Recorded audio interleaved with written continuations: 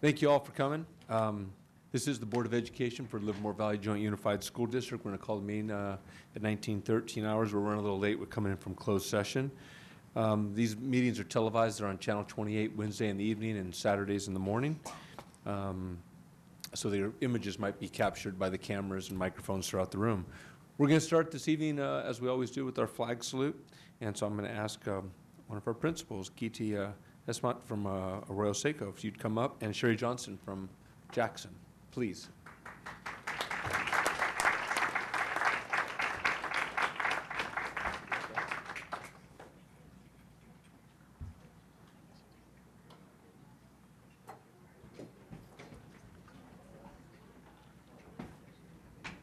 And all their students. And just so everyone notices, the artwork that on both sides of the walls is from the kids.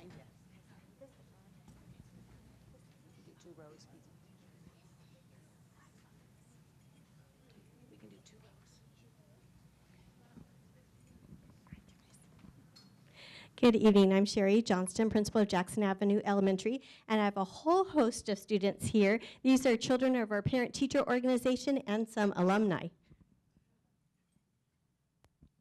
Good evening. My name is Giti Esman. I'm the principal at Arroyo Seco.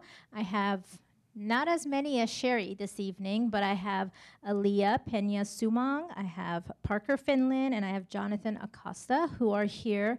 Jonathan is a 5th grader in our co-taught class, and the other 2 students are 2nd graders that are their buddies as well.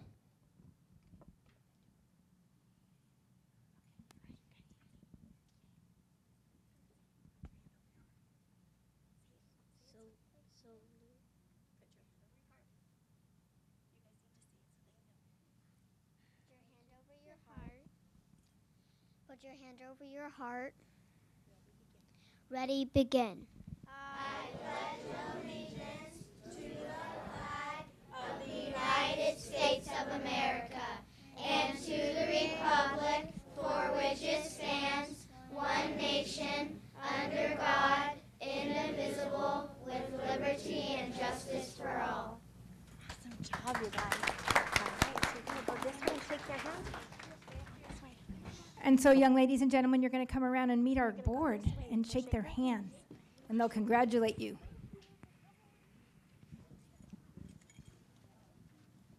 Are you a stingray? All right. Thanks for coming. Thank you. Right hand shakes. Nice job. Thank you. Fun to come tonight? Thank you. Thank you for coming. Perfect. Perfect. Right hand shake. Nicely done. Thank you for coming. Thanks for coming, buddy. Thanks, honey. Nice handshake. Nice job. Nice job. You guys did good work. Thank you. Thank you. Did you guys do some of these paintings and stuff on the wall? Thank you. Thank you. Hey, look at your hair. That's awesome. Thank you. Good job. Nice job. Nicely done. Thank you. Thank you for coming. Good job. Nice job. Thank you.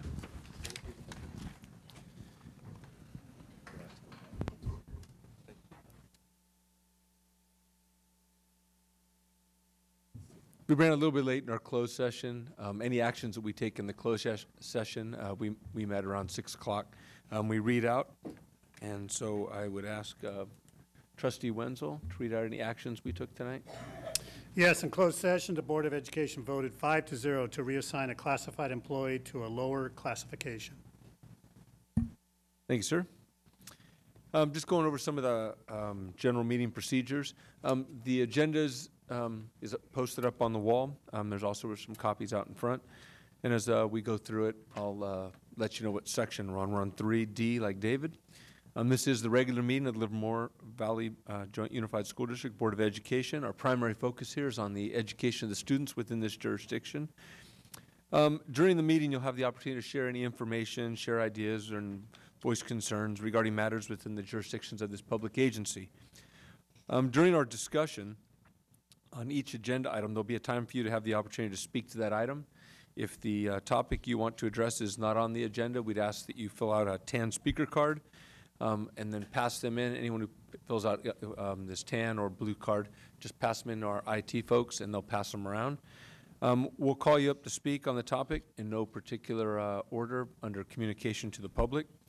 If it's an item that is on the agenda, please fill out a light blue card. Same procedure. When you come up, a little 3-minute timer will light up on that laptop in front of you. And this is just to kind of keep the meeting in order. We ask that you stay within the 3 minutes. If you're not looking at it or you're kind of enthralled in the conversation, at about 2:30, we have the timer here as well, and we might just remind you that you have about 30 seconds and to kind of wrap up. And again, the meetings are televised. They're on Wednesday evenings, I think it's 7 p.m., and Saturday mornings at 9 a.m. They're on Channel 28, that's Tri-Valley TV. One thing, anyone who comes up for any purpose, there's a microphone up there, and right on the base there's a little button, and a green light illuminates. So it's bright, so you'll see it. And if it's not, we can't pick it up. Even though we can hear you, the cameras have a hard time picking it up. So if you could make sure that's on. Moving to Section 4 is changes to the agenda. I'd ask our superintendent, Dr. Kelly Bowers, if we have any changes, and if so, to let us know what they are. Thank you, Mr. President. We do not have any changes this evening. Thank you. So we'll move right into our recognitions. If you'd be so kind as to introduce our first.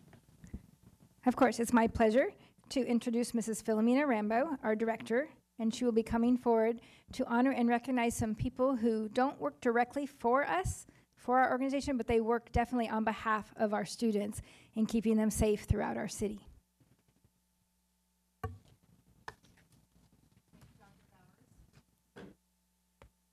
Thank you, Dr. Bowers. Good evening, Board President Bueno, members of the board, cabinet, and our community. I am delighted this evening to lead our recognition of our district's crossing guards. We have 14 of them who work for us, and several of them were able to make it this evening, so I would like to invite those who are here to come up and join me by standing behind me for the moment. They didn't bring their stop signs, but you might recognize them anyway.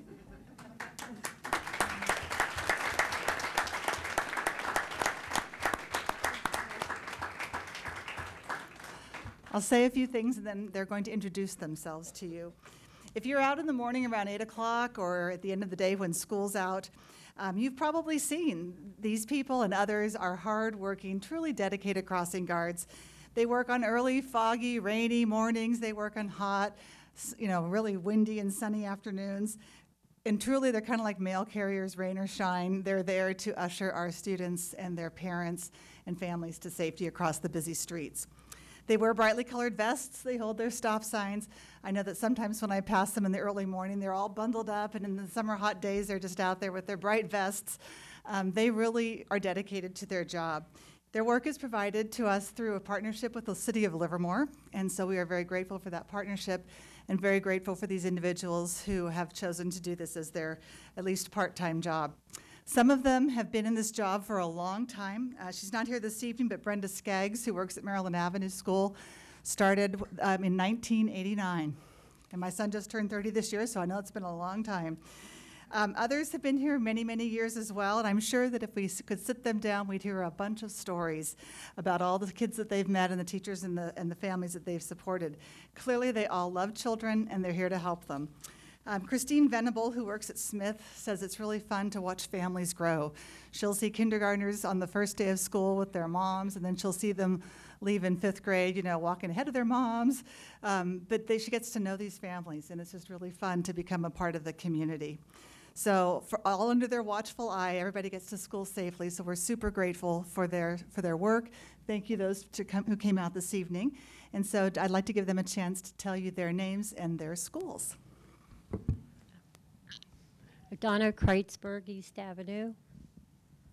I'm Christine Venable, Smith Elementary. I'm Carolyn Lloyd. Joe Mitchell's my main school, but I had children that crossed over to Mendenhall and Granada High. Frances Love, Sunset Elementary. So thank you all very much, and we'd like to honor you by having you shake their hands for now. Thank you. I'll give you a certificate.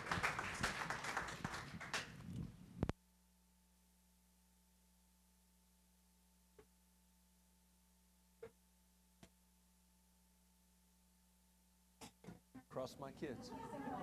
You did. Yes, mine too. In line. Thank you all. Thank you. Thank you very much. You guys do a great job. Thank you. Thanks for coming to stop those cars. I like it. Thank you. Thank you very much. Oh, thanks for being here too. Thank you so very much. Thank you so much. All right, thanks for coming. Thank you. Thank you.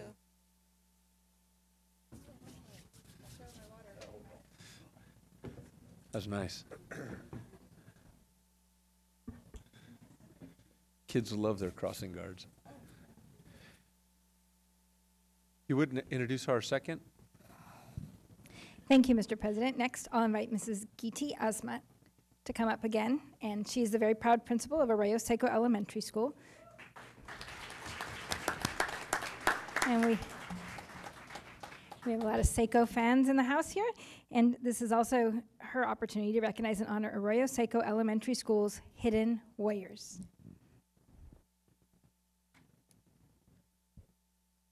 Like the voice.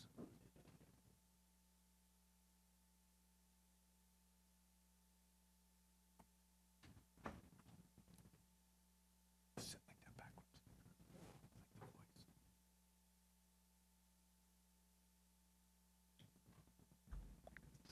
Good evening, Board President Bueno, members of the board, Superintendent Bowers, and Cabinet. My name is Giti Esmon, and I'm the very proud principal of Arroyo Seco.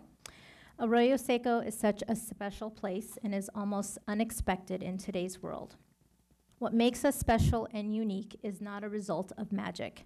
It takes dedication, commitment, hard work, and just good old love.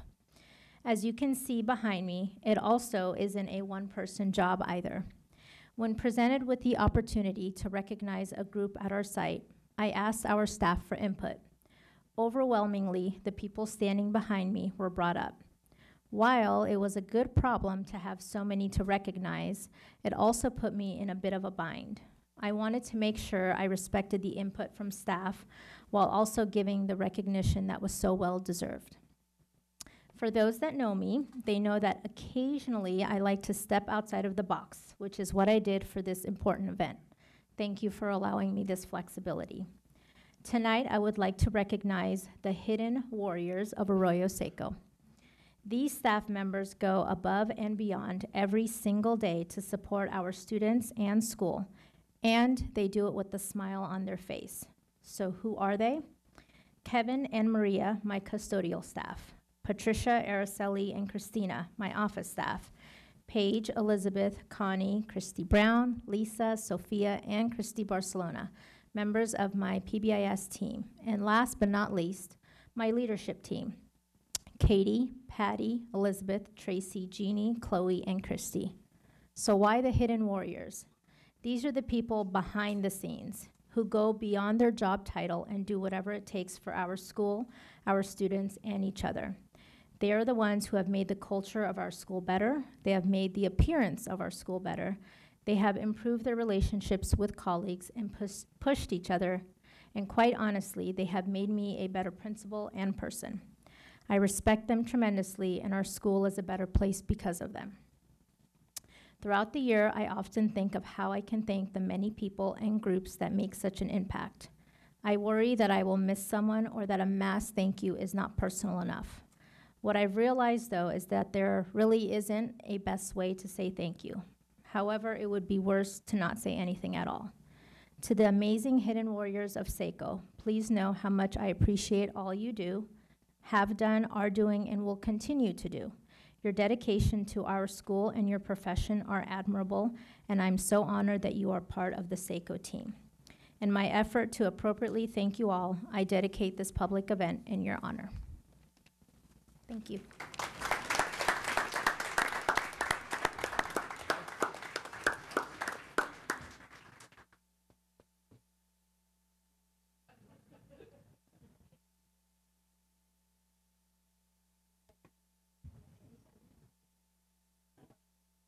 Thank you. Appreciate it. Thank you. Thank you. Thank you so very much. Thank you for the job you do. Thank you.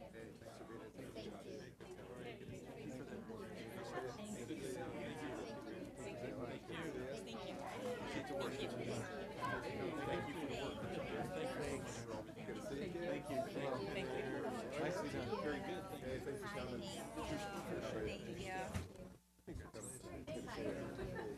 you.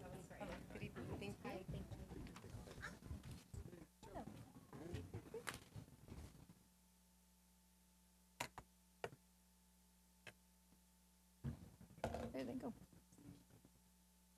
And last, but certainly not least, we will re-invite Mrs. Sherry Johnston forward, very proud principal of Jackson Avenue Elementary School. She'll be honoring and recognizing the Jackson Avenue Parent-Teacher Organization.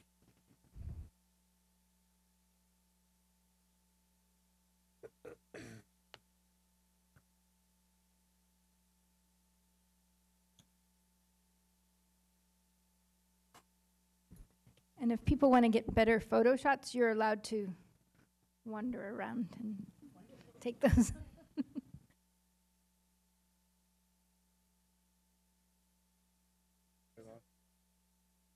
There we go. Yeah. Good evening, Board President Bueno, members of the board, Superintendent Bowers, and Cabinet. I am Sherry Johnston, proud principal of Jackson Avenue Elementary School. Tonight, I'm thrilled to honor our parent-teacher organization. Standing behind me are Leah Kleknix, PTO President, Tina Milasari, Vice President, Allison Rodacker, Treasurer, Julia McGurk, not sure if she didn't make it tonight, but Secretary, Running Club Committee Chair, Brooke Byer, Garden Club Green Team Chair, Emily Duenas, Holiday Gift Shop Chair, Shauna Bolenly, After School Enrichment, Kelly Van Buskirk, Hospitality Room Parent Coordinator, Amy Holloway, Yearbook and Rebate Chair. In addition, we're recognizing those who are unable to attend tonight: Sylvia Guzman, Website Chair and past board member, Katie Smith, Holiday Gift Shop Ice Cream Chair, Alyssa Garshall, Family Nights Out, Vivian Hackett, Ice Cream Sales, Apparel Sales and Multicultural Night, Jessica Torres, Multicultural Chair, Katie McGuire, Yearbook Chair, and Deborah Fields, Readathon Abilities Awareness Chair. That's a long list of folks who do a long list of things to enrich the culture of our school site and community.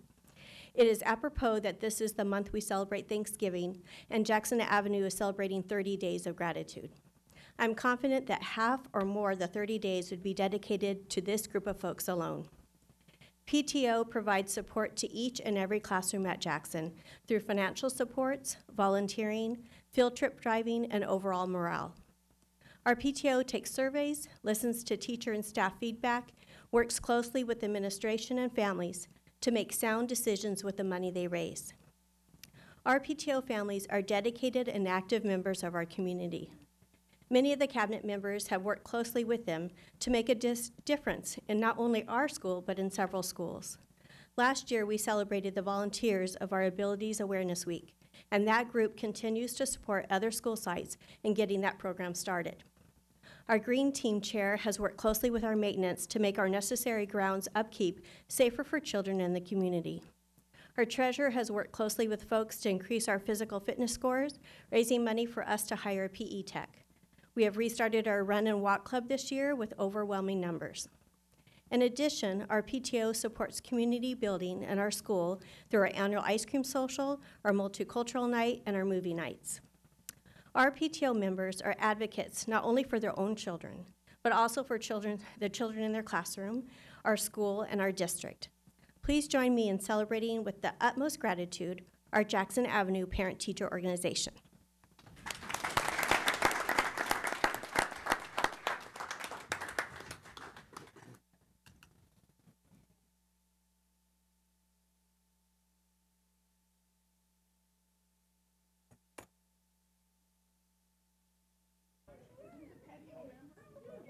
Thank you. Thanks. Thank you. Work you guys do. Great job. Thank you very much. How are you? Good to have you here. Thank you. Thank you so much. Thank you. Thank you. How are you? Thank you. Thank you. Thank you very much. Thank you. Great job. Thank Hey, how are you? you. Pass it up.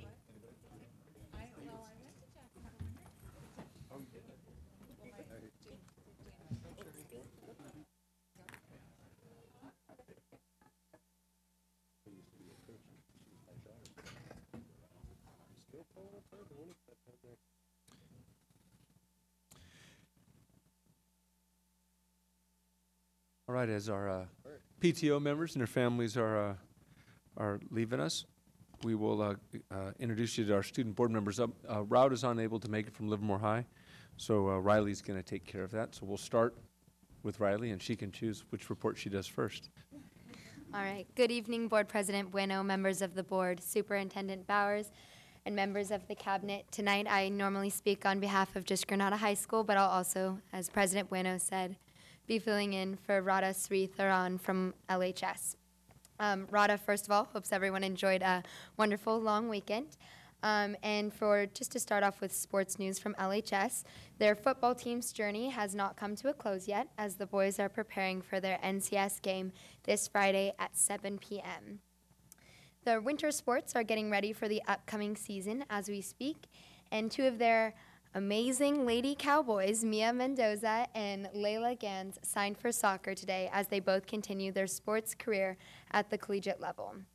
Moving on to campus life, the Cowboy Nation successfully completed their first trimester and are gearing up for their new trimester. On Saturday, their band, drumline, and color guard students left Livermore bright and early to attend Napa's Vintage Band Review and competed at a competition. Band placed second, drumline placed fourth, color guard placed first, and to top it off, Elijah Maravilla placed second for drum major. Livermore High School would not be the same without their amazing music program. Safe and Sober Grad Night is hosting their annual holiday boutique on November 23rd from 9 a.m. to 4 p.m. at the Livermore High School gym. Be sure to come out and support their local vendors at their booths. LHS leadership is gearing up for the holiday season and is planning different events to give back to the community. And, of course, these are Radha's words, not mine. Stay humble, and I guess it's a great day to be a cowboy. Moving on to my report. We love everybody. Students are purchasing yearbooks. Trimester 2 has begun, and winter sports are finalizing their teams post-tryouts. As students at Granada were gearing up for their Trimester 1 finals, the Meet a We Club on campus organized a mental health week. The purpose of the Awareness Week was to encourage students to maintain their mental health in conjunction with their studies. They kicked off the week with a lunchtime activity where students were invited to a presentation about the importance of mindfulness, which was curated by guest speakers. On Tuesday, the club hosted a journaling workshop, and Wednesday, the club offered bracelet making, coloring books, and other simple activities that gave students a moment to take a deep breath and be creative. On Thursday, students had the opportunity to attend a presentation about positive psychology and the Choose Love curriculum. And on Friday, students united in the quad with music and a final activity to celebrate the maintenance of mental health, even in the most stressful of times. While I think this week was a wonderful initiative, there is some concern on the Granada campus about finals week and its impact on students. In the past week, I've had multiple discussions with teachers who believe a reform to finals week may be imperative.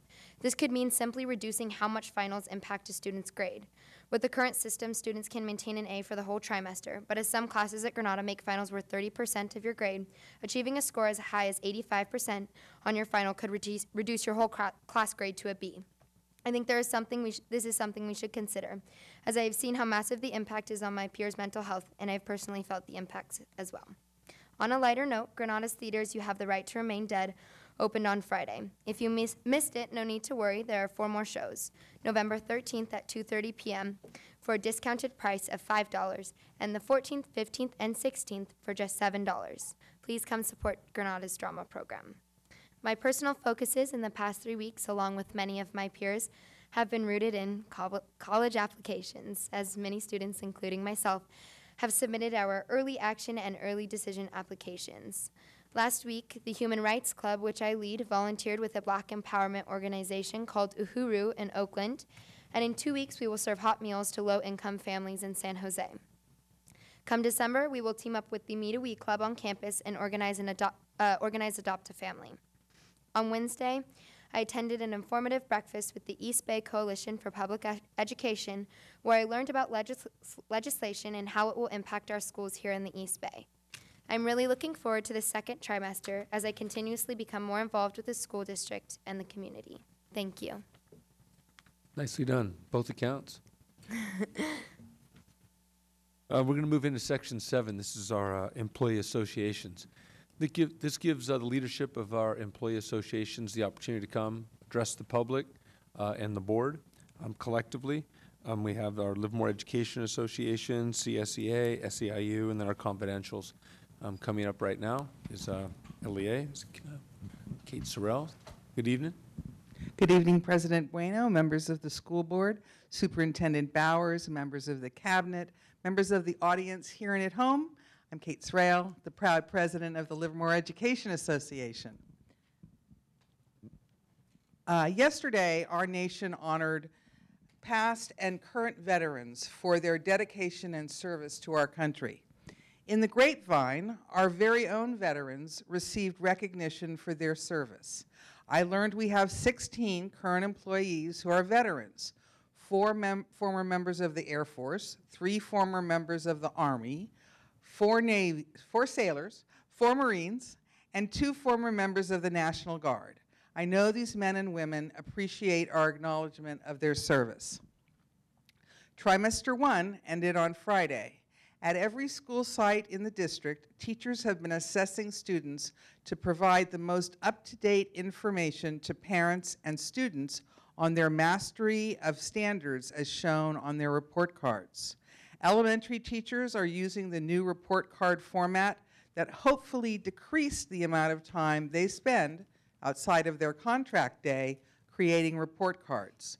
High school teachers had to close the books on trimester 1 and prepare to teach new courses and new students starting today. Last weekend marked the start of the campaign to get the Schools and Communities First initiative on the November 2020 ballot. We have until the first week of March to gather over 1 million signatures. CTA has pledged to provide 150,000 signatures, and the Livermore Education Association is committed to doing our part to meet that goal. We started the education process at our October Rep Council meeting and will deliver petitions to site reps at our November meeting. If you go to the Schools and Communities First website, you will see the initiative has extensive backing from diverse groups: labor, social justice, faith-based, local and state leaders. The California PTA, the League of Women Voters, and the Chan Zuckerberg Foundation are just 3 examples of the coalition of which we are a part. Thanksgiving is just 2 weeks away. Several years ago, one of my friends challenged me to count my blessings in November, to acknowledge what I have to be thankful for. In a world where we spend so much time talking about what's wrong, it really does wonders for my outlook to talk about what is right.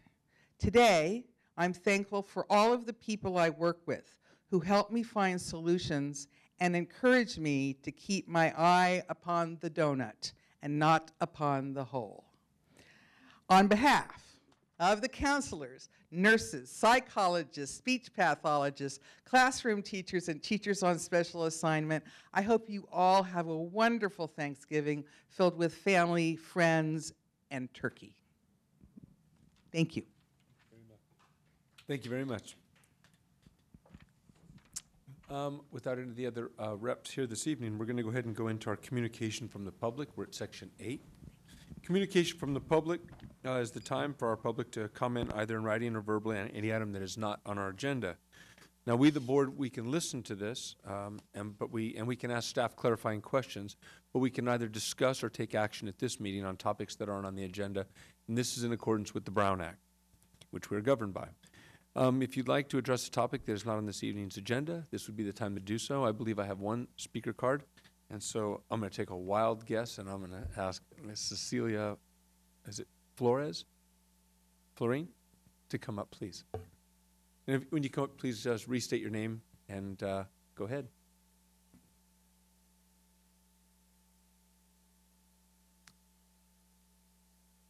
Green light. There we go. There you go.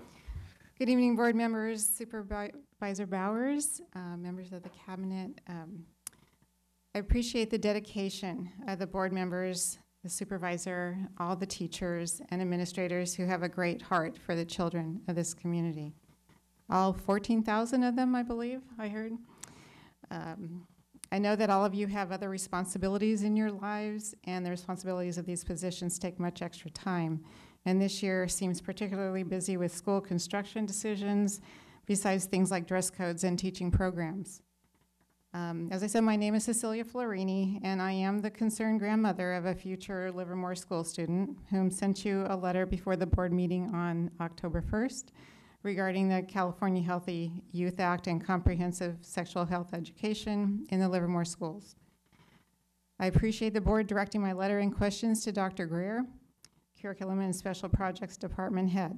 I was able to meet with him, and he answered my questions and gave me the opportunity to look at some of the current material, the 2016 edition of Positive Prevention Plus put out by the American Red Cross.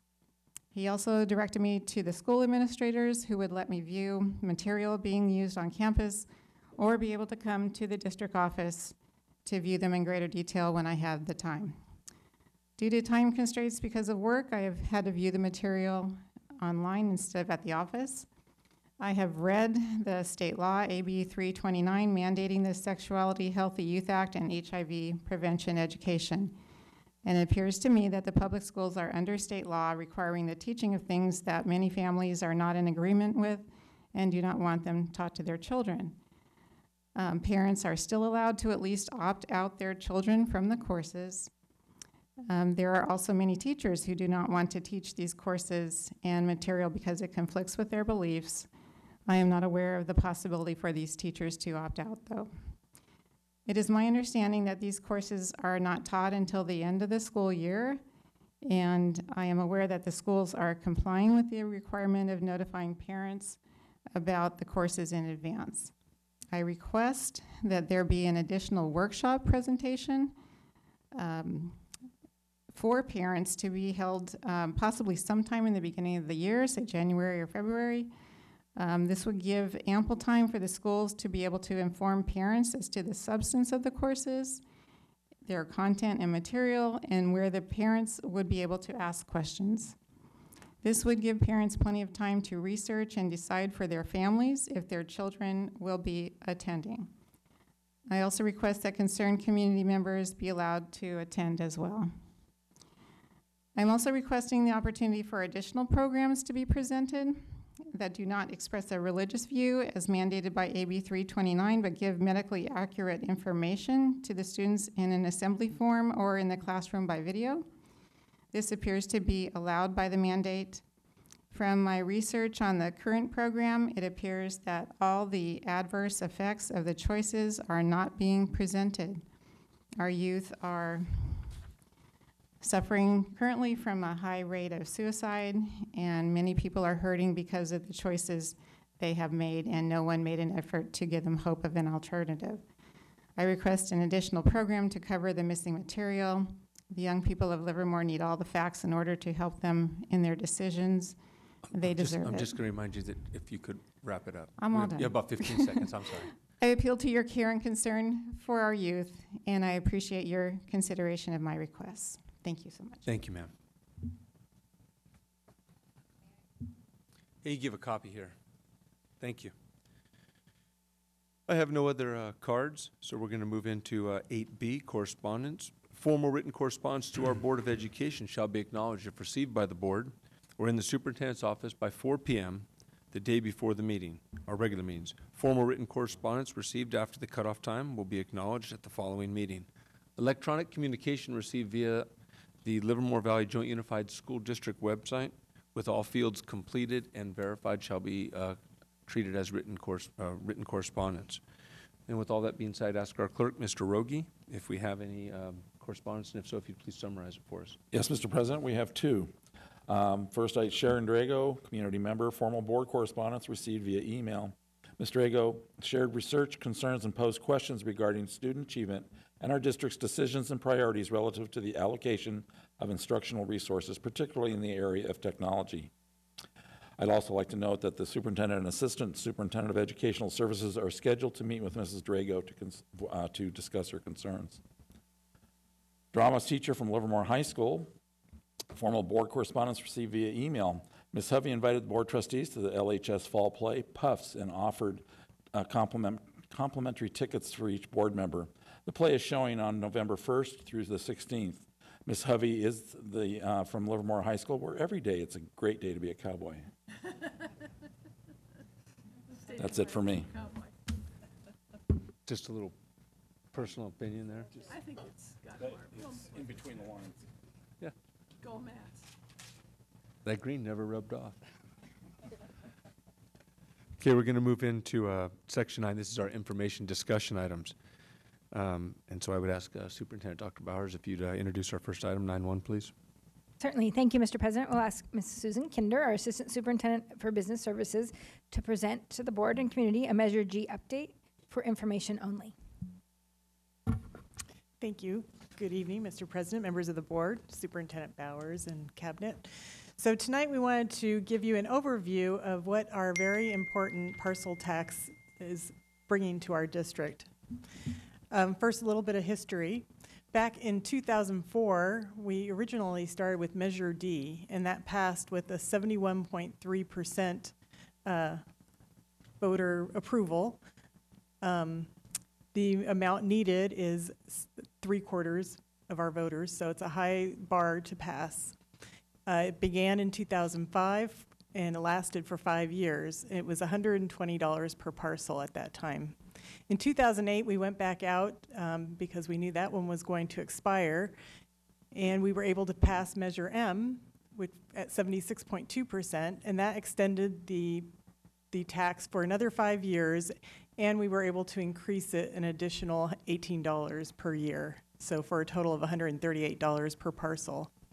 In 2014, again, we went out because that Measure M was going to expire, and we were able to pass Measure G, and that's our current measure, and that passed at 72.41%. And this time we were able to extend it for 7 years. So this measure will last through the year June of 2022. We maintain the same tax rate of $138 per parcel. The purpose of the parcel tax, the current one, is to provide many very beneficial programs. It's providing advanced courses of math, science, and engineering. We have elementary school science and technology specialists.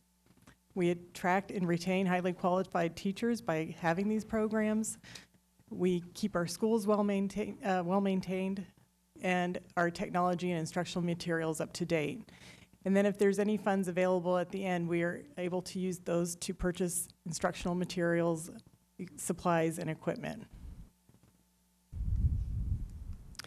So how much do we receive each year? So there are 30,776 taxable parcels in Livermore and Contra Costa County. So the reason that we're a joint unified school district is because we are in Alameda County and a little bit of Contra Costa County.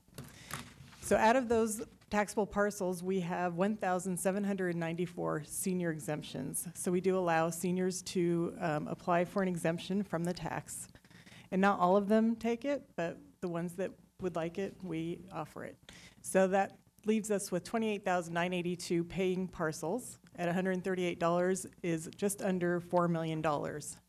So overall, this is about 2.5% of our total general fund operating budget. So I had mentioned what the programs are that this pays for, and you'll see the blue, red, and green pie pieces are the biggest pieces, and those are all teachers. So 83% of the parcel tax pays for additional teachers. And then we have 15% that goes towards supplies and services, and then we do have to pay the tax assessor 2% to collect the fees. So for advanced courses, science, technology, engineering, and math, increase the variety of available oh my gosh, I can't read. The available courses for our students in the STEM program. And that, by offering those additional classes, that lowers our class sizes also. And Mr. Biondi can also add if he has anything to share regarding our additional programs. Yeah, and some of those lab classes in the STEM field, it is very advantageous to have lower class sizes, especially when they're doing advanced experiments and the engineering. And then elementary science specialists is another huge program that parcel tax pays for. And so students in grades 1 through 5 receive an additional science lab 2 times a week. And that complements the science instructions that they receive from their regular classroom teacher. And then technology specialists, we have the UNITE team, and that stands for Utilizing New and Innovative Technologies in Education. And that's their picture there in the corner. And those four provide teachers and students additional support with technology. And if Mr. Greer was here, I would have him mention something. But these are very sought after people because they can help you with just about anything technology. And teachers learn how to seamlessly integrate technology in their classrooms for all types of lessons. And I shared with our oversight committee some of the things they do. That, like, they had a course where they talked with a scientist in Antarctica with penguins, and the kids were just so excited because they can actually talk with this person that's all the way on the other side of the world. So it was pretty incredible. So speaking of oversight, we have an independent citizens oversight committee that ensures proceeds are spent on only what is listed in the ballot language. And then they also provide you with an annual report on how the funds were spent and if they if they felt that the funds were spent in the appropriate way. And we are looking still for additional volunteers for that committee. Applications are available at livermoreschools.org.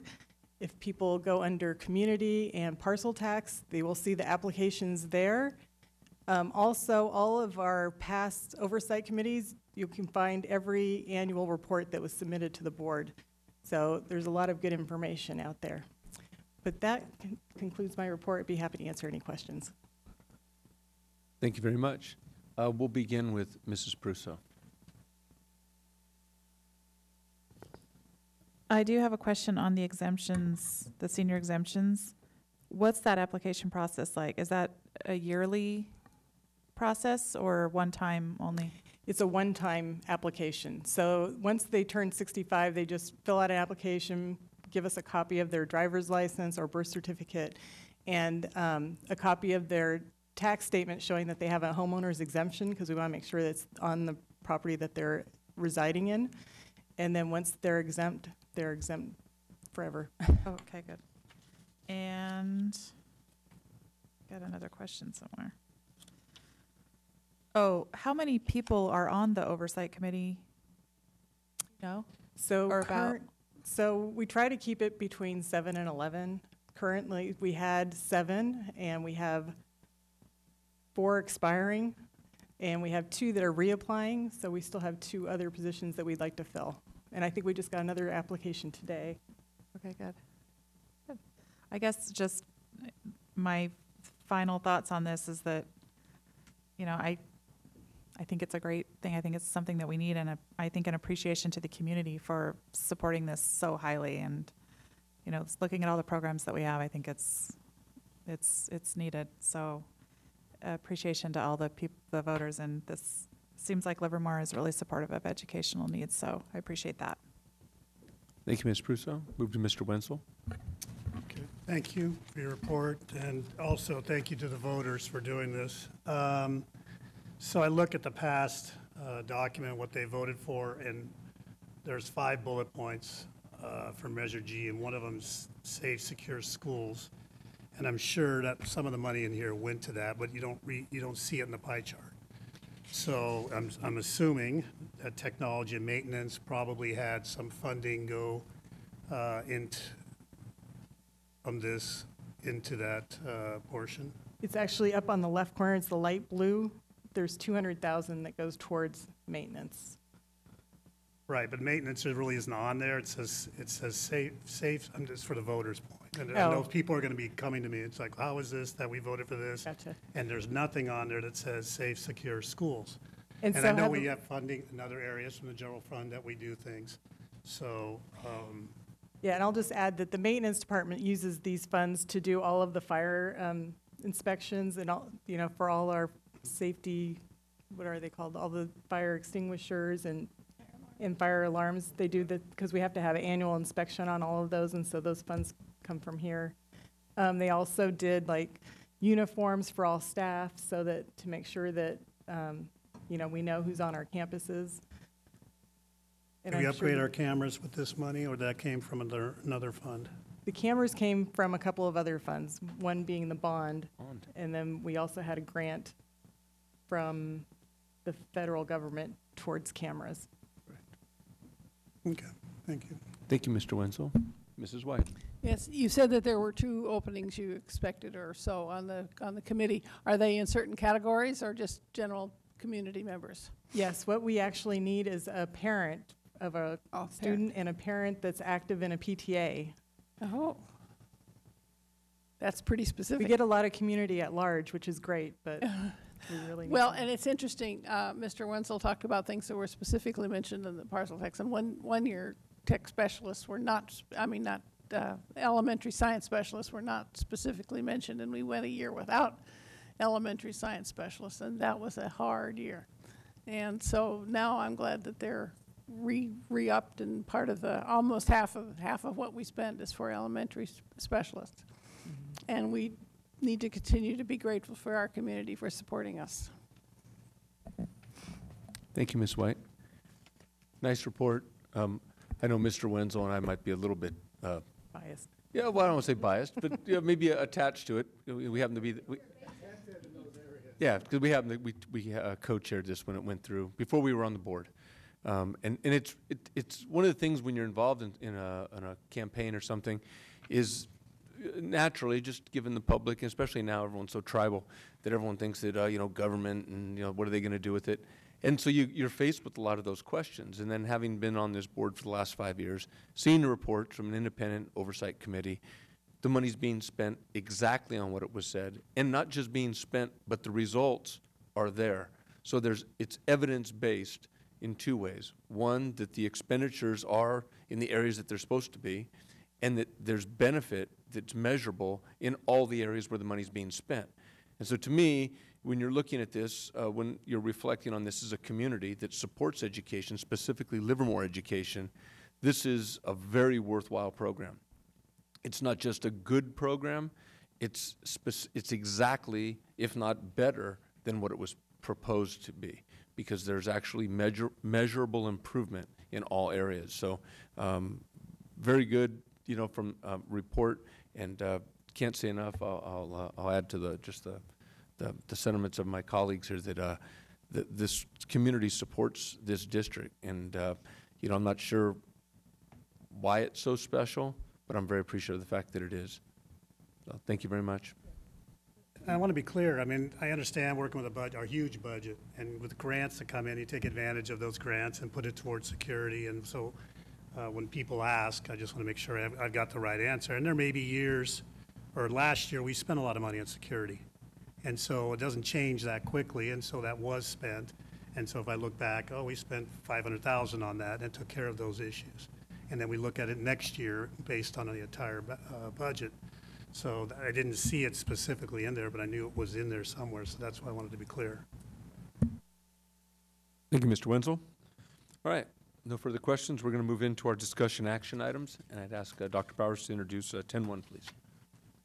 Thank you. For our discussion action item, we will introduce you to Assistant Superintendent Mike Biondi, and he will be presenting the 2019-20 school plans for student achievement for board approval. Thank you. Good evening, Board President Bueno, members of the board, Superintendent Bowers, and Cabinet. Tonight, I am going to introduce and ask for your approval of the school plans for student achievement, or SIPSAs, for all of our school sites.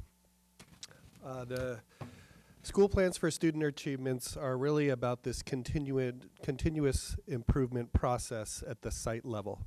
So they're designed to improve the academic performance of all students, but a special emphasis must be put on increasing the outcomes for student groups with achievement and or opportunity gaps.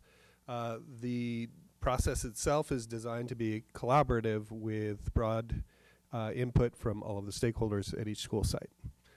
Last year, I introduced some changes which we're consistently applying to this year's SIPSAs, and that is that you'll recognize the consistent formatting due to the use of document tracking services template. Last year, for the first time, and it's continuing as a best practice, we have aligned the goals in the SIPSA to our LCAP goals. And also the dashboard is included. It's not the current year's dashboard that will be released in December. It's from fall of 2018. Some reminders on the language that we use. We've moved away from single plans for student achievement, and they were renamed school plans, and rather than subgroups of students, student groups is the language that we're using. And so here they are, the 3 goals that we use for both our SIPSAs and our LCAP. Goal number 1 is to increase the percentage of students who have the skills and knowledge to graduate from high school, college, and or career ready. You see the focus areas there, and this is really the academic goal in all areas for our schools. The second goal is also our LCAP goal 2, is to provide an engaging, clean, healthy, and physically and emotionally safe environment to support learning at the highest levels. At a school site level, that focuses in on behavior, social, emotional, and character education learning, attendance, and physical fitness. And goal 3 is to enhance parent and community engagement and communication for our school sites. That is really that they have meaningful parent involvement, that they encourage parents of all students to be involved, and that they communicate with parents, including the information on how the academic standards are implemented and how students are making progress in the schools. As you recall, we had a board workshop on October 17th, and our principal teams shared their school plans. They talked about common trends. They evaluated progress on last year's plan and shared strategies for the upcoming school years. And at that board workshop, we were able to add comments, feedback from not only their own peers, their fellow principals, but our superintendent, board members, and district administrators. And so they have been on our website. They've been available for your review. And tonight I ask you to approve the superintendent's recommendation, which is to approve the school plans for student achievement 2019-20 for all of the schools listed on this slide. Thank you very much. We'll begin with Mr. Rogie. The segment I attended for the school plans, single plans, I did appreciate the fact that we got to have extended discussions on these and help us understand some of the items that were going on. Sometimes it was, thought it was one thing with a little bit of explanation, it turned out to be another, and with the chance to put in other ideas. So I thought they were very well done, and they're getting more and more consistent, and that I do appreciate. Good job on that. Thank you. Thank you, Mr. Rogie. We'll move to Mrs. White. Yes, I appreciate the scheme we've been doing for the last several years of having the teams of principals tell us about their schools and their school plans and the shortcomings that they are addressing in their new plans.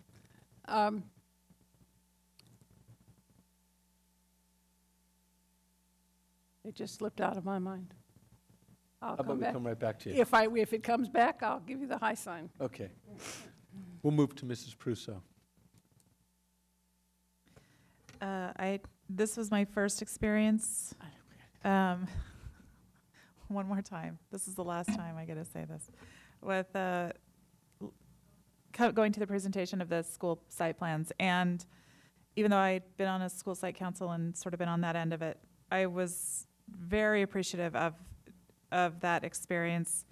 Just like Chuck said, I was also in his section, and we did kind of go over time. I know that that Mr. Biondi was worried about that, but I wanted to just say that I appreciated the fact that there was some lateral learning going on.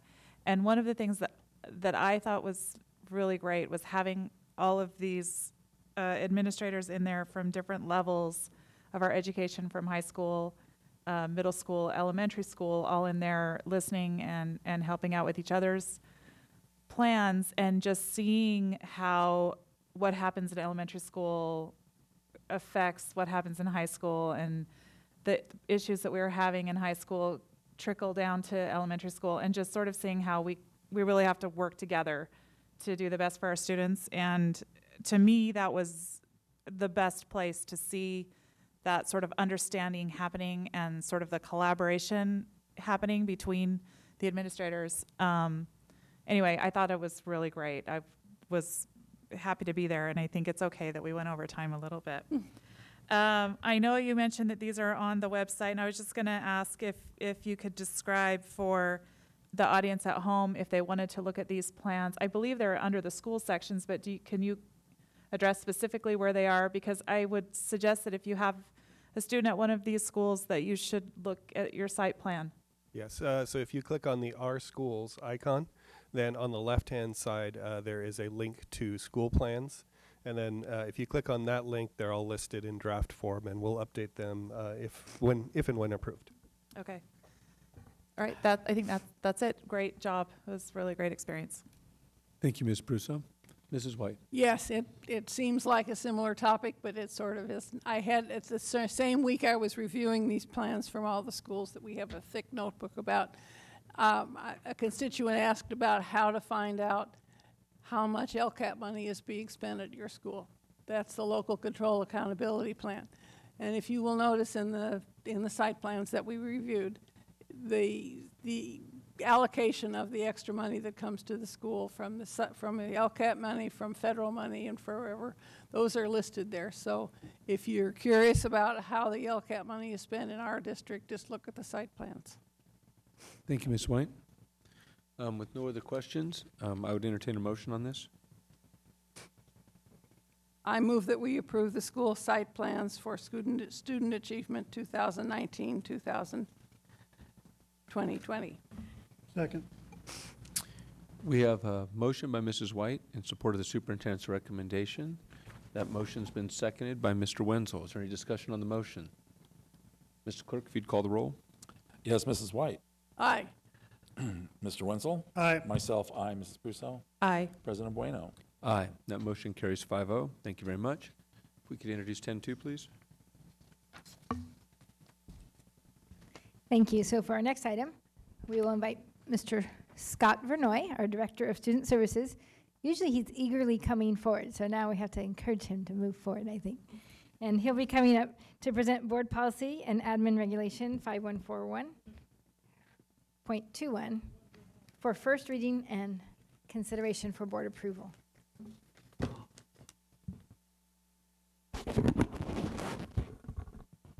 And Mrs. Prusso, you don't need to apologize for going over time, because I also thought it was time well spent, and I'm never restrained by time, as we all know.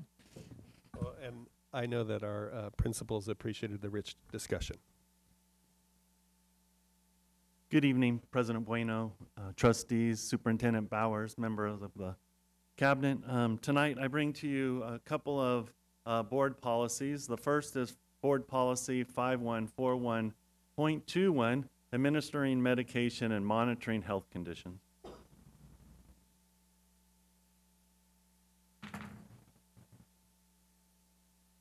So here is the first posting on October 29th and our first reading tonight.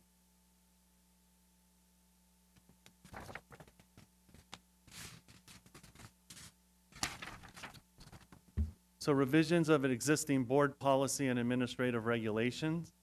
Policy updates apply to administration of medication to students and authorizes districts to make emergency epinephrine autoinjectors and naloxone, hydrochloride, or other opioid antagonists available to school nurses or trained personnel.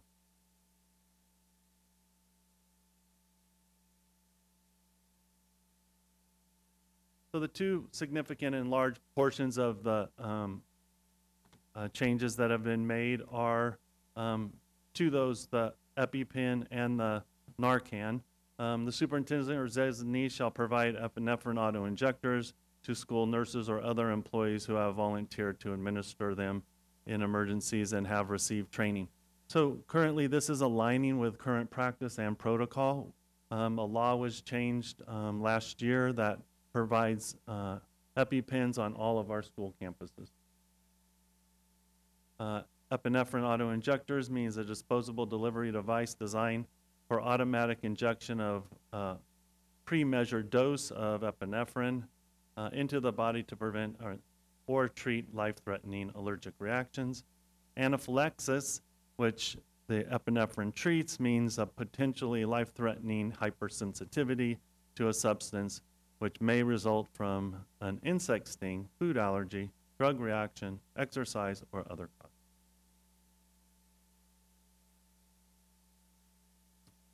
The other addition is the district may elect to emergency naloxone, hydrochloride, or Narcan, or another opioid antagonist available at schools for the purpose of providing emergency medical aid to persons suffering or reasonably believed to be suffering from opioid overdose.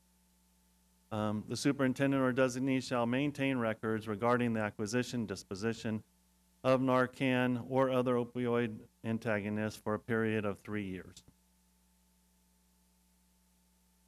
There were large additions to this, both dealing with the Narcan and the EpiPen. So tonight I bring to you first reading and look for a superintendent's recommendation to approve that first reading from Board Policy Administrative Regulations from Series 5000. I'd be glad to answer any questions at this time. Thank you very much. We'll begin with Mrs. White. Are these changes substantially driven by state law, or are they driven by a need seen by our medical personnel, or? So by both, right? So the EpiPens were state law and our Ed Code. It's Ed Code 49414 that talks about the EpiPens.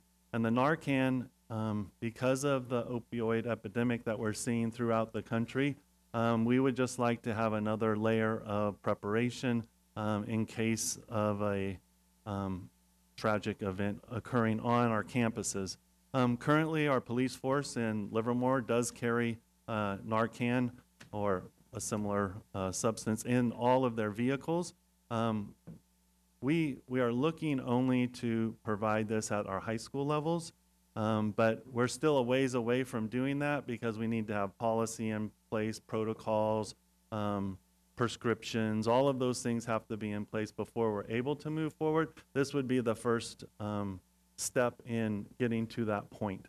And so the police aren't always on our campus, and so to have an emergency medication available in case of emergency is greatly helpful.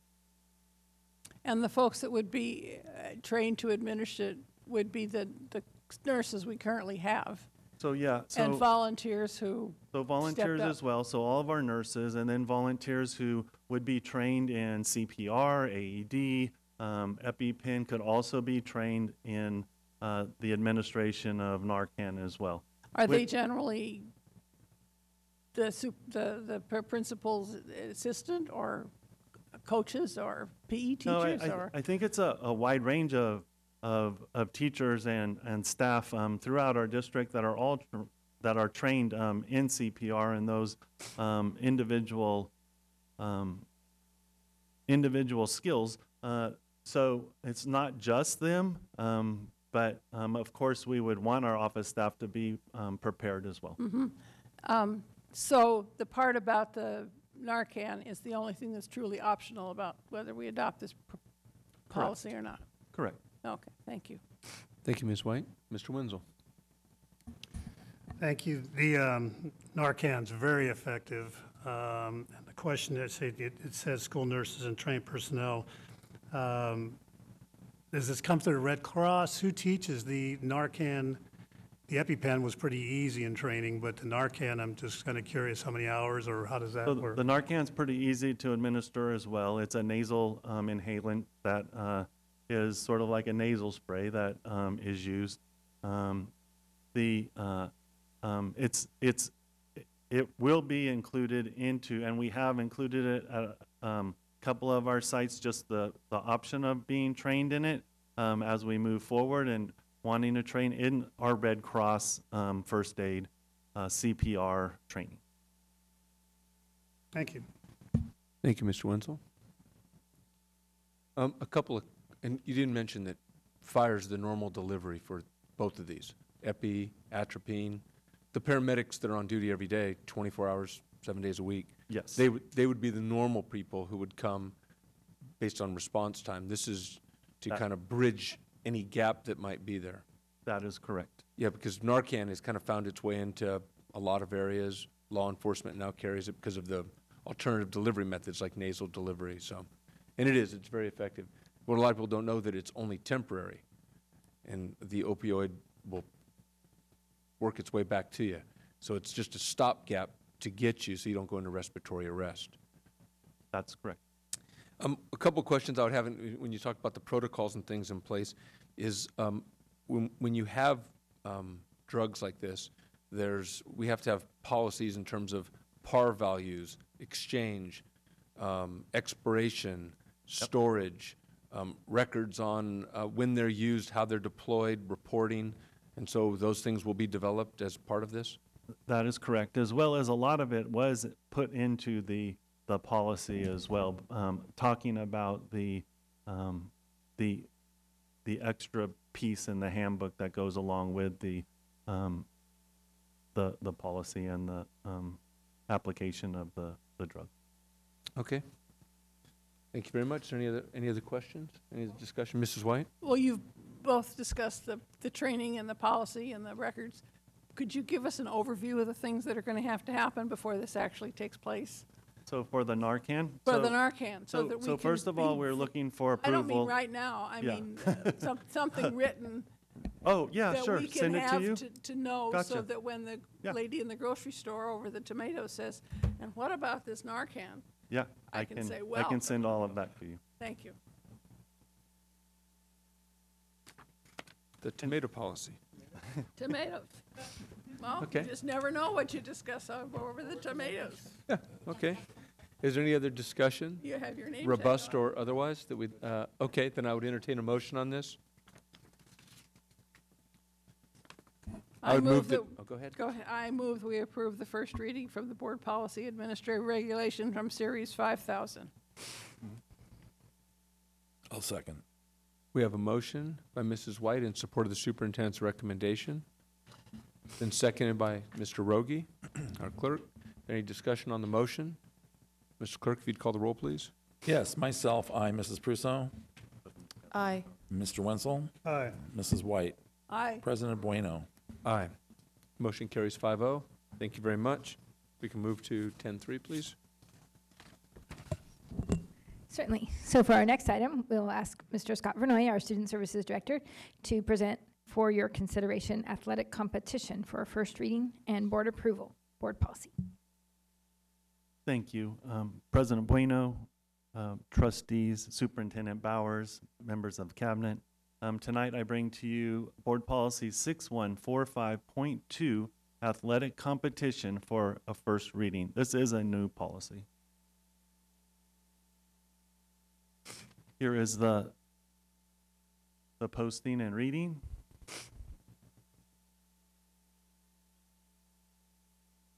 And so, Board Policy 6145.2, athletic competition. It's addition of a new board policy and administrative regulation. Policy is added to reflect new law, SB 1109, which requires districts to annually provide student athletes and their parents, guardians, an opioid fact sheet produced by the Centers of Disease Control and Prevention. So that was the antecedent, that was what caused us to look at the policy and find that we didn't have one.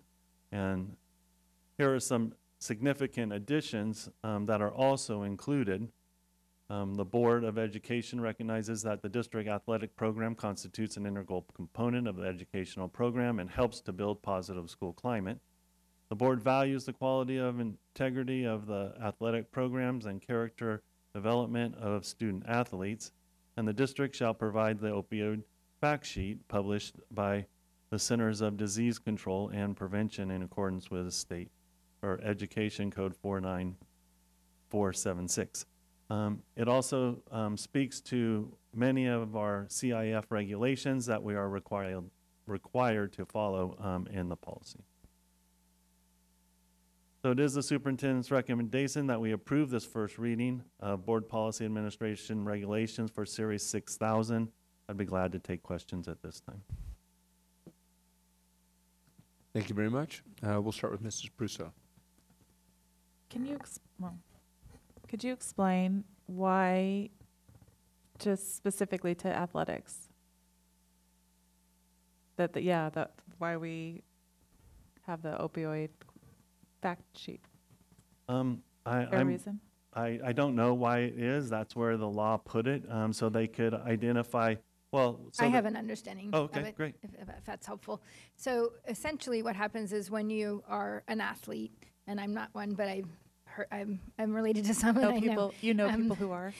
There is often a more frequent likelihood that you could have an injury, and that might be slight or minor, and so you might take an Advil or an Aleve or something like that in order to continue to play. So there's muscle aches and there's things like that, and so you're more likely to have a smaller injury, and then in order to play, sometimes athletes actually would rather play through the pain instead of sit out because of competition or because of being showcased for future opportunities or just because they want to not disappoint their team or let anyone down. And so because of that, athletes, particularly competitive athletes, are more at risk for being exposed to different levels of pain medication, which eventually could lead to opioid use. So they might start with something like an Aleve or an Advil. They might go into something like a Vicodin or something like that. And then eventually all those are in the opioid class. And so you could end up having an addiction and not realizing, so you're more susceptible. It's certainly a good thing for all of our students to know about the dangers of opioids. And I think in our FIT class, our freshman transition class, we talk about all the dangers of anything like vaping or any risks that we have. But I guess athletes are particularly susceptible to the exposure. Yeah. Okay. But you make a really good point. I mean, the law or calls for it to be given to athletes. It's about 1,000 athletes at each high school, which is 50% of, let's say, of our a student population. But this would be something that we could easily add to our parent rights at the beginning of the year to make all parents aware of it as well. I think that's a good idea. It's like, why are we only telling 50% of our students, and as well as just helping everyone understand the dangers of opioids. Okay. Yeah, thank you. Thank you, Mrs. Prusso. Mr. Rogi? Adding on to Mrs. Prusso, why not integrate that into our FIT classes? Oh, you just said that? I think Man, Superintendent Bowers did mention that, but that's a great idea. If not for Mr. I gotta start Rogi. listening better, I guess. I'm just echoing her. It's also included in our health classes Okay, as well. I was You kind of can't wondering. miss it. I was just echoing her. I was just jumping on it. I never just move on. We're on the same wavelength here. Move on. Thank you, Mr. Rogi. I'm glad to see the change. Because it is a vulnerable population, and you see this a lot, where you see kids and they go in and they do a couple things, and then maybe gives them access to it, and they see the benefit, or, and then some people it gets exploited as it passes through, so. Good move. The policy also talks about just yearly updates that we need to do throughout our district. One is the number of athletic participation that we have that needs to be posted every year. And so it's a nice thing to formalize that and to put it in writing so that everybody is aware of the protocols that they need to do as we move forward each year. Good. Thank you very much. Mr. Rogi? One thing I know you didn't mention, the section on sportsmanship. I'm glad to see that's out there. I'd also like to see that expanded. One of the things I did see this last week at the EBAL tennis, I don't know if there were finals, but the league meet, was some pretty good sportsmanship. There was one tennis match that it was going to go 10-0, and the opponent lost a game slightly. So it wasn't a slam 10-0, and it made it a 10-1. That was awesome sportsmanship. I like to see that. But I'd like to see more sportsmanship accented, because I've seen some really poor sportsmanship in the last year and a half, 2 years. And I don't want to see that expand through our 1,000. Did anybody note the article that was in the East Bay Times a couple of days ago about football games that are 70-0? Yes. And, CIF is trying to fix it. Now, I don't know what they can do, but There actually is measures that, given sportsmanship, and when you get to about 35, then you go to a running clock. So there's measures they do I in mean, most they athletic tried, but events. it didn't help. I mean, that was the point, is they had taken their running clock to try to make it work, but they still cited scores. for Part of this that is last the year. imbalance of talent, right. Oh, You're yeah, putting a- but is it big schools and small schools, or selective schools, or Clayton Valley, or, I mean, that was one of the concerns about the charter school there in the first place, was that it was going to be a powerhouse. Well, anybody that goes against De La Salle, we've experienced that in our league. Yeah, yeah. I mean, there's two sides of it too. Yeah. You know, sometimes, because some of it goes to rankings, in terms of the win margins, but it's competition. Yeah. And the Well, nature of athletics is competition. competition. Which there's some There's winners and there's some real losers. lessons in losing and in winning, but I think that the section does a really good job on working on those things, and CIF does a really good job in trying to take care of some of those disparities. Yeah. But it's inevitable, just like in life. Sometimes you run into a buzzsaw. Yeah. And to me, those are some really good life lessons that kids can learn early on. One of the things that you might recall with our character counts program, our character education program, there was something called Victory with Honor, and that was the component of sportsmanship that went along with it, and we worked on that with LARPD, and our coaches had training. But there's also now with Choose Love, which is our extension program about social emotional learning, there's a new version of that, which is an augmentation, and it's called Champions Choose Love. And so I've shared that with our athletic directors, and it's a pretty shortened version. It's free, so that's always great.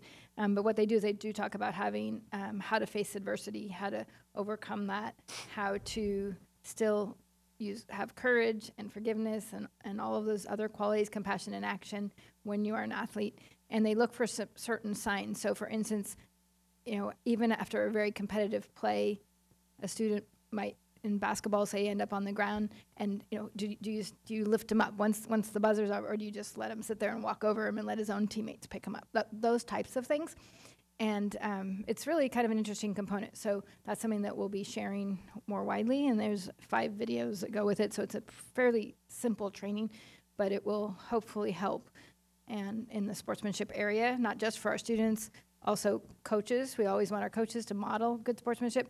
And then certainly there's a parent component.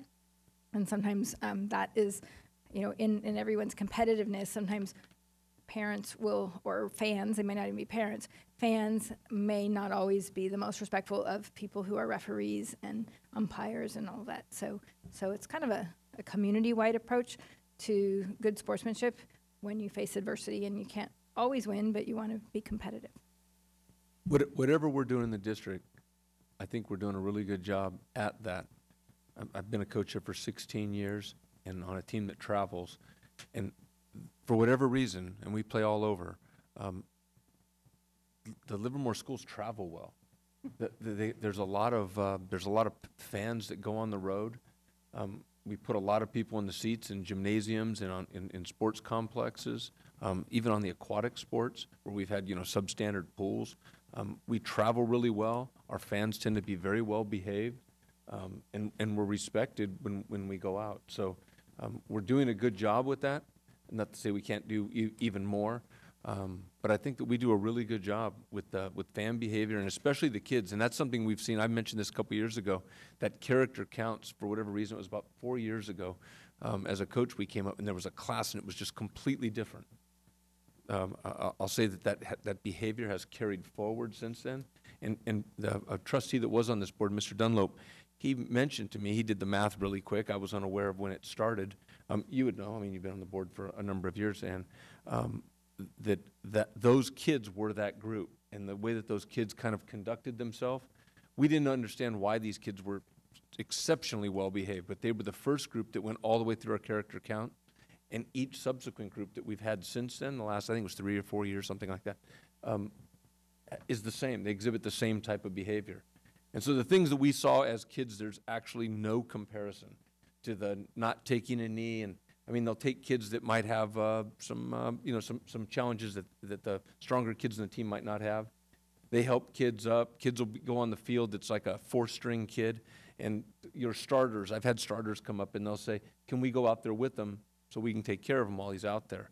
That never happened 15 years ago. That was a rarity. So I think that the policies that we have, they're working. I mean, I actually see results. So it's real good stuff on the sportsmanship. Any other discussion on this item? Then I'd entertain a motion. I move that we adopt board policy administrative regulation from the Series 6000 for the first reading. Go ahead. I second. We have a motion in support of the superintendent's recommendation by Mrs. White, and that's been seconded by Mrs. Prusso. Any discussion on the motion? Mr. Clerk, if you'd call the roll, please. Yes, Mr. Wenzel? Aye. Myself, aye. Mrs. Prusso? Aye. Mrs. White? Aye. President Bueno? Aye. That motion carries 5-0. Thank you very much. Thank you. And if you'd introduce our next item, it's 10-4. Certainly, thank you, Mr. President. So this is actually an item where I don't make a recommendation because it's solely at the board's discretion. And so I would ask you, though, to, as board members, discuss and consider making a nomination for the California School Board Association Delegate Assembly. And we received more information in the Friday memo about that to give you background, and we have Trustee White has served in that capacity before, so she may also have something to add about the responsibility. Thank you, Dr. Bowers. Yes, you may. May I speak? Yes, you may. Thank you. If I can figure this out. I know Anne has been doing this for 2 years, and even though I've only been here for a year, I sense that she has a good feel for it, and she enjoys it. And we often, I know she shares the information that she gets through CSBA, so I would like to nominate her to be a delegate for the CSBA Assembly. And thank you. Do we have a second? Thank you. Mr. Rogie? So we have a motion to nominate Trustee White for the CSBA's California School Board Association. And that motion's been seconded by Mr. Rogie. Is there any discussion on the motion? Oh, yes, I appreciate your support for you, too. There's no discussion on the motion, Mr. Clerk? Years ago, I was a director, but in Region 7, where we are, that we rotate the director. So the director is in Contra Costa County right now. So I had to say, no, I can't. But I appreciate being on the delegate assembly. Thank you. Thank you, Mrs. White. So we have a motion that's been made by Mrs. Prusso, seconded by Mr. Rogie. Any more discussion? Mr. Clerk, if you'd call the roll, please. Yes, myself, aye. Mrs. Prusso? Aye. Mrs. White? Aye. Mr. Wenzel? Aye. President Bueno? Aye. That motion carries 5-0. Thank you very much. If we're going to move into 11, these are consent items. President Bueno, I'd like to move the consent calendar 11.2 through 11.13. With one exception, I'd like to make a quick comment on gifts to the district. For all those who do give gifts to the district or would like to, please do. We do appreciate it. I know each individual school has different needs, and the parents and everybody likes to give differently, but again, as a board, we do appreciate that. With that, I continue my motion. We have a motion to move items 11.1 through 11.13 by Mr. Rogie. Do we have a second? Second.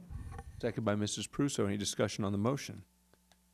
Mr. Clerk, call the roll, please. Yes, myself, aye. Mr. Wenzel? Aye. Mrs. White? Aye. Mrs. Prusso? Aye. President Bueno? Aye. Motion carries 5-0. Thank you very much. Then we have some consent resos. I think there's 2. No removals for separate discussion. So it's numbers 023 and 024. President Bueno, I move that we approve resolutions number 023 19/20 and 024 19/20. Second. A motion by Mr. Rogie. It's been seconded by Mr. Wenzel. Any discussion on the actual motion? Mr. Rogie, if you'd call the roll, please. Mr. Wenzel? Aye. Myself, aye. Mrs. Prusso? Aye. Mrs. White? Aye. President Bueno? Aye. Motion carries 5-0. Thank you very much. And these are the, we have one that's removed. This is approval of our October 15th, 2019 regular board meeting. And Mr. Wenzel, I think you have to abstain from this one due to an absence. I move, Mr. President, I move the approval of the October 15th board minutes. I second. A motion, Mr. Rogi, seconded Mrs. Prusso. No discussion. If you call the roll, please. Yes, myself, aye. Mrs. Prusso? Aye. Mr. Wenzel? Absent, abstain. Mrs. White? Aye. President Bueno? Aye. Motion carries 4-0 with the abstention of Mr. Wenzel on an absence. We'll start off with our board member reports. We'll start with Mrs. White. Okay, I was able to go to the group picture of the class of 2020, who students also had their picture taken 13 years ago, and they were beginning kindergarten, so this was their 13th year. And, you know, apropos of the discussion we may have at a separate time about dress code, I didn't notice any flagrant violations of what would be reasonable attire, you know, mostly long pants and shirts. Didn't see any inappropriate messages on the shirts. I did go to the Puffs performance of that Mrs. Hovey invited us to. You might try that this weekend. There's one more time. I can't imagine the energy that those young people have to cavort across the stage for 2 hours, 3 hours maybe. And it was about the Puff School of Magic, which you may have heard of the Hogwarts School of Magic. Well, this is the Puff School of Magic, and you follow a class as it goes through the years. I also was at the STEAM Divas that the AAUW puts on at Junction Avenue for 5th grade girls, mostly hoping to not squelch any interest in science that they might have. Our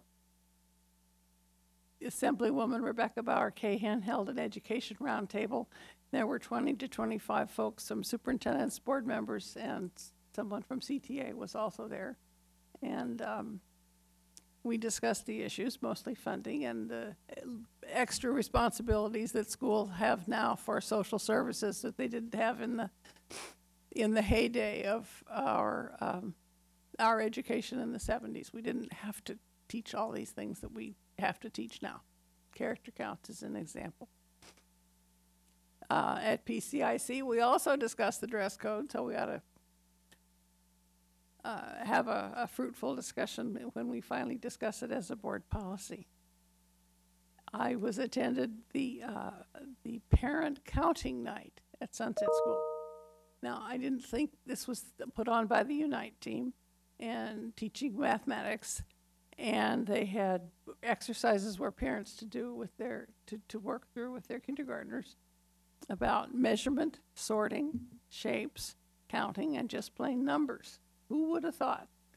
But I guess if you're 5 years old, some of those things don't come to you always reliably. And so the parents have learned opportunities to reinforce such things as they just live with their child and point out how many do we have here? What shape is the Cheerio? Things like that. And I was glad to read that staff is going to meet with Mrs. Dragoo about her concerns about our success. Thank you. Thank you, Ms. White. Mrs. Prusso. So I also attended the senior class photo, the senior class 2020. I believe that was, the 2020 was the part, right? That why we did that. My son was really excited that I was there. Super excited. So happy about it. Anyway, that was great. Again, I've already talked about this, but the presentation of the school site plans was also a highlight for me the last few weeks, and I think I already said enough of that. Also was able to attend the middle college open house, and I was very impressed by this. I had some middle college students take me around campus. I was able to go into some of the classrooms and see what they're doing there, and it's just really an amazing program, and so appreciative of all the districts who work with that, and for Las Positas for kind of supporting and hosting that. I think it was really fantastic. Then I was also able to attend the Livermore Granada football game, and first I wanted to say it was great fun to have the bands there kind of going back and forth. The cheerleaders and the dancers did a a show all together, so Granada and Livermore all together, and I thought that was great. We were talking about sportsmanship earlier, and I thought that game was a really good example of it. I felt like the whole community of Livermore was out. Granada did win that game. However, I'd like to point out that I think Livermore won freshman and JV, so I feel like 2 out of 3. Is that how it works? Great day to be a cowboy. So, also got to go to the Halloween parade and assembly at Rancho, which was really fun. And then the kindergartens and TK came over to the district office to do trick-or-treating, and that was also really fantastic. I was very much impressed by the costumes that all of these people in this room dressed up as. We had a curriculum roller coaster. I don't even know how you say it, the curricula coaster. I don't know. Everyone was really great. It was really fun. The kids had a great time. Also able to attend the Joe Mitchell Day of the Dead. I think it was their middle schoolers who did research and projects for Day of the Dead, and that was a really great experience.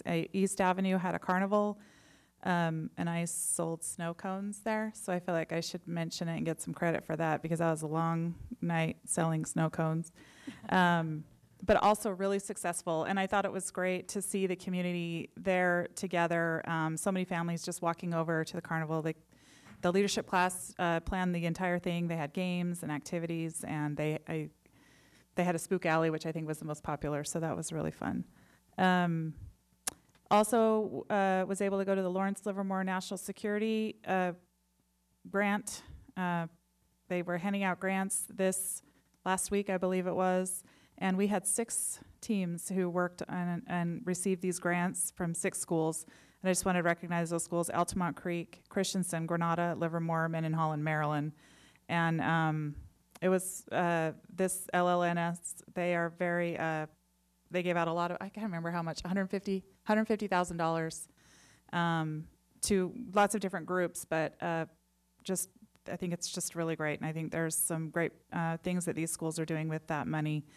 And then on Saturday, I stopped in at the NorCal Craft Competition at the NorCal Training Facility that's here in Livermore, where we have 2 Pedrosi scholars attending. Got to watch them competing in carpentry and electrician and stuff, and it was really fun. There was families there. Just another way to let our students know that there are other options out there for them after high school besides college. Also went to the cross-country e-ball, where both Granada and Livermore runners ran really hard, and just wanted to recognize them because I think something about cross-country races, I think as a spectator, when you're running along with them, we should get some credit at least for being there. That's all I'm going to say about that. And then Chuck and I also were able to attend the Livermore High School first trimester choir concert, and it was a packed house. I have never seen so many people in that room as we saw that night. Standing room only for sure. There were people up in the balcony. I think the choir program there is just really robust, and it was just a great experience. The kids did a great job. So that concludes my report. Thank you, Ms. Prusso. Mr. Wenzel? So I haven't been here for a while. I wasn't on vacation. Was sick at the first meeting of October, and then the second meeting, unfortunately, my mother went to the hospital, but I did make closed session, and I got the call that she went by ambulance. She has dementia. Probably the only good thing about dementia, she won't remember any of it, what happened going to the hospital, and you got to keep a sense of humor with that issue, but she's doing well. I went to the SELPA meeting. I have notes on that. If the board wants any notes from our last meeting, I'll be happy to provide them. I went to senior information night. I'm going back to all these things I didn't get to report out because I wasn't here. The Special Olympics opening at the Granada High School. Alameda Teacher of the Year. Congrats again to Megan Clapping. Financial aid night, intergovernmental at the city offices, the group picture at Granada High School. Last month, if you weren't aware, was Breast Cancer Awareness Month. I worked on a project and an event at Cesar Chavez Park in Berkeley, Making Strides Walk. Did my walkthroughs at Christensen Middle School, Mendenhall Middle School, and our administrative offices on Fan Friday. Everything looked great. And basketball season started, so we're about a week and a half into practices, so we'll see how this season goes. And I think someone already said, but thank you for all those who served in the military in our country, to the veterans. Thank you, Mr. Wenzel. Mr. Rogie. Emily and I tend to attend the same things because we both have kids at Livermore. Went to the picture day for class of 2020. Brought back an old memory of when my daughter was sitting there as a kindergartner, which is just depressing as heck. But also how many kids brought their T-shirt, because none of them could fit into the T-shirt that they wore that day. It was a good showing. I'm waiting to see the picture come out for that one. Second, I also attended the middle college open house. I didn't walk around the classrooms, been there, done that, but it's always nice to see the kids with all their posters up and what they're doing. I'm very excited about it, and they're still learning. Attended the Livermore High School, Livermore and Granada High School football game. The camaraderie there was awesome. Everybody seemed to be well behaved. The police were having a good time because they didn't have anything to do, which is awesome. The score was indicative of a pretty close game. I like to think of it as sportsmanship. We let you guys win. I also tried to attend a lot of the Livermore High Granada stuff. I attended the Livermore High Granada tennis tournaments, which was good competition. Also attended the Livermore High Granada Jazz Ensemble at Granada. Both bands were excellent. They had some really good playing, great music. Just both jazz bands are just excelling. They're doing very, very well. It was a fun night. Also attended, now that I'm a band parent, I attended the Santa Cruz and Napa band reviews. The Santa Cruz one was, I wouldn't ever go to again because you just can't park. That was the biggest problem. Napa's last Saturday was awesome. It was just downtown. It was attended by a lot of bands, a lot of great bands. Livermore and Granada both posted very well. They have their award ceremony in their Memorial Stadium, which is a beautiful stadium, and Livermore and Granada were there in force with applauding each other because they are the home team, and they did well in placing. I always like to see that. Also on the shakeout, I went to East Avenue and Arroyo Seco. Their timing was a little bit different, but I watched East Avenue, how they cleared, and Arroyo Seco both. They did a great job. And I think I've covered everything. Oh, in the cross-country tournament, I would never run alongside of it, but I understand my niece from Granada took second place, so I think that's a good thing. So, even though she goes to Granada, but it's a good thing. And that's it for me. Thank you, Mr. Rogie. You know, we often mention the support that this community has for education and that passion, and I think that at least one of those main roots on that support tree are from our two national laboratories. And I know Lawrence Livermore National Lab had that community grant thing the other day, and you just can't say enough about the folks that work out there and how fortunate. It's not just a small thing, but you know, there's nearly 9,000 people that work between Lawrence Livermore and Sandia, and their kids, their grandkids, their nieces, their nephews, their neighbors attend our schools. And I think that that's one of the reasons we have such overwhelming support. And that benefit is enormous. Kids are learning, and some of the smartest people on the planet live here in this community. And I don't think that we can ever overlook that. And so thank you to them and for their overwhelming support for education here in this community. I also wanted to thank the Alameda County Office of Education.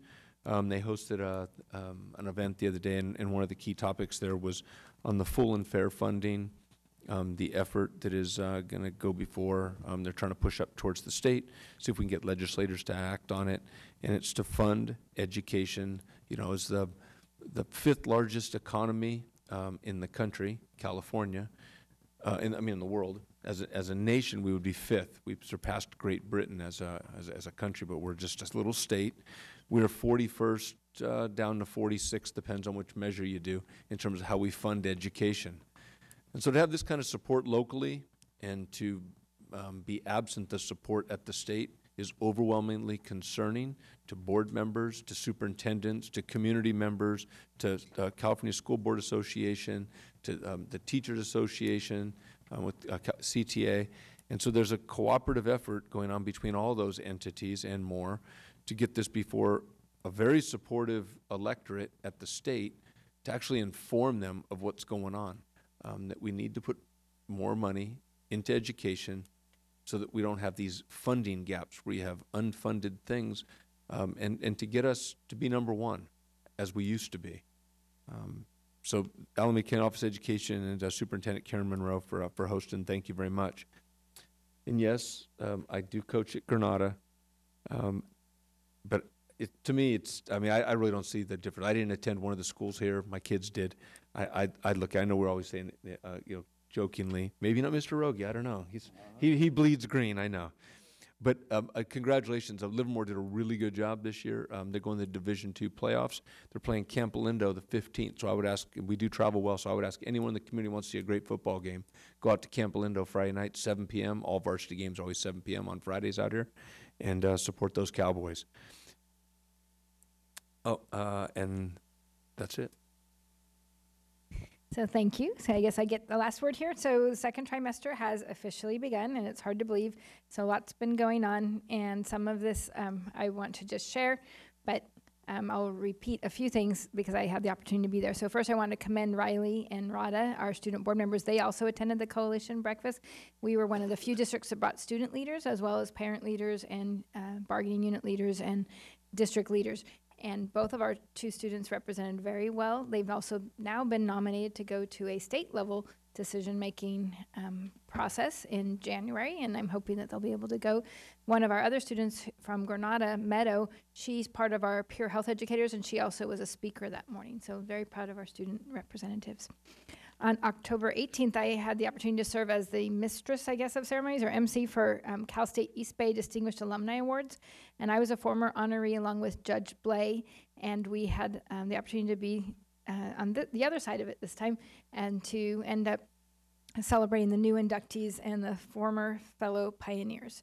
So it was really exciting to see the younger students there, and it was also time to thank the president of Cal State East Bay, who's been amazing there. He's been there almost at least 8 or 9 years, and he's now retiring, but he's left that school in a much better place. Of course, when I went, it was a long time ago, so it was Cal State Hayward then, and I think some of us also went there during that time.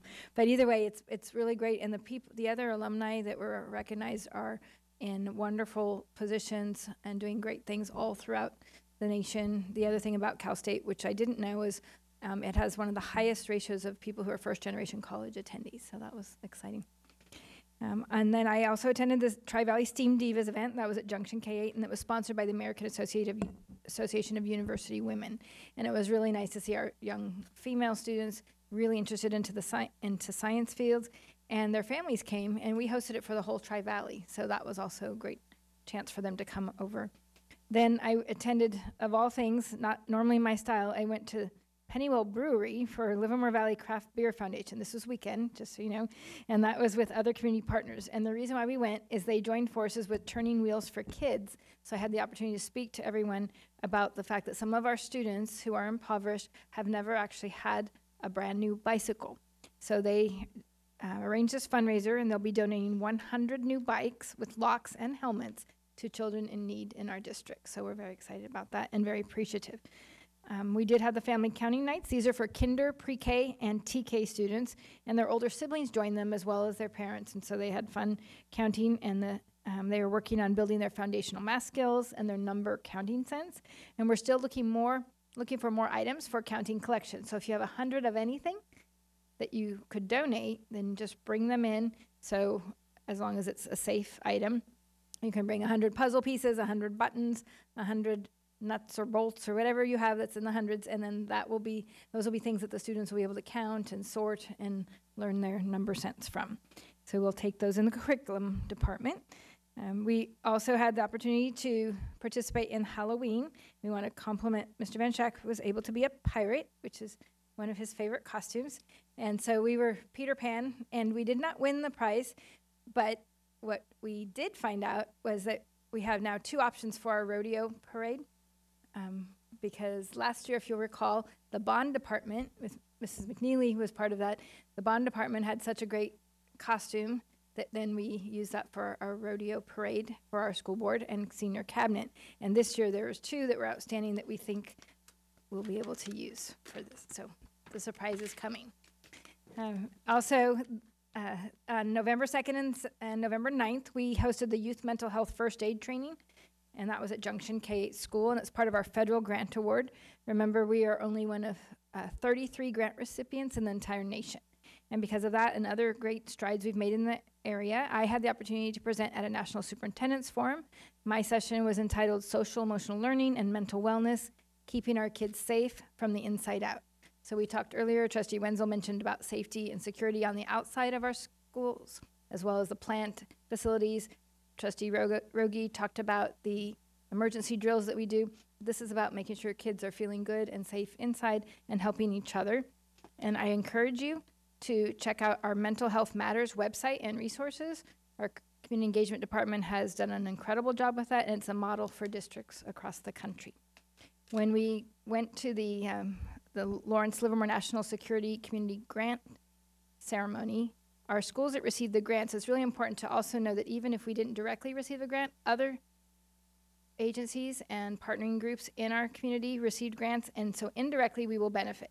So the AAUW, American Association of University Women, they had a grant. Livermore Shakes had a grant, and they're going to expand their program in our schools. The library had a grant, and they're going to do more things for students.